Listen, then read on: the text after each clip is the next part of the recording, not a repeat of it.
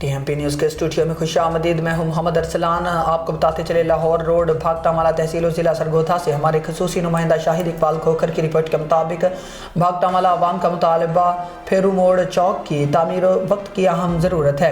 इलाका भागटा माला के अवाम ने अपने नुमाइंदों से पुरजोर मुतालबा किया है कि जून के बजट में भागटा माला यू टर्न, गोल चक्कर, फेरू मोड़ को तरक्याती मनसूबों में शामिल किया जाए और इसके लिए फौरी तौर पर फिजिकल रिपोर्ट मुकम्मल करवाई जाए। अवामी नुमाइंदों का कहना है कि सियाल मोड़ चौक, मड चौक और सरगोधा बाईपास चौक मौजूद है, मगर भागटा माला शहर को मुसलसल नज़रअंदाज किया जा रहा। बांगनी पुल के बाद अस्सी पुल पर यू टर्न देना भागटा माला के अवाम के साथ ज्यादती के मुतरादिफ है, जो 1.5 किलोमीटर से 2 किलोमीटर का फासला है। शहरियों ने शिकवा किया कि भागटा माला को हर लिहाज से तरक्याती प्रोजेक्ट से महरूम रखा जा रहा है।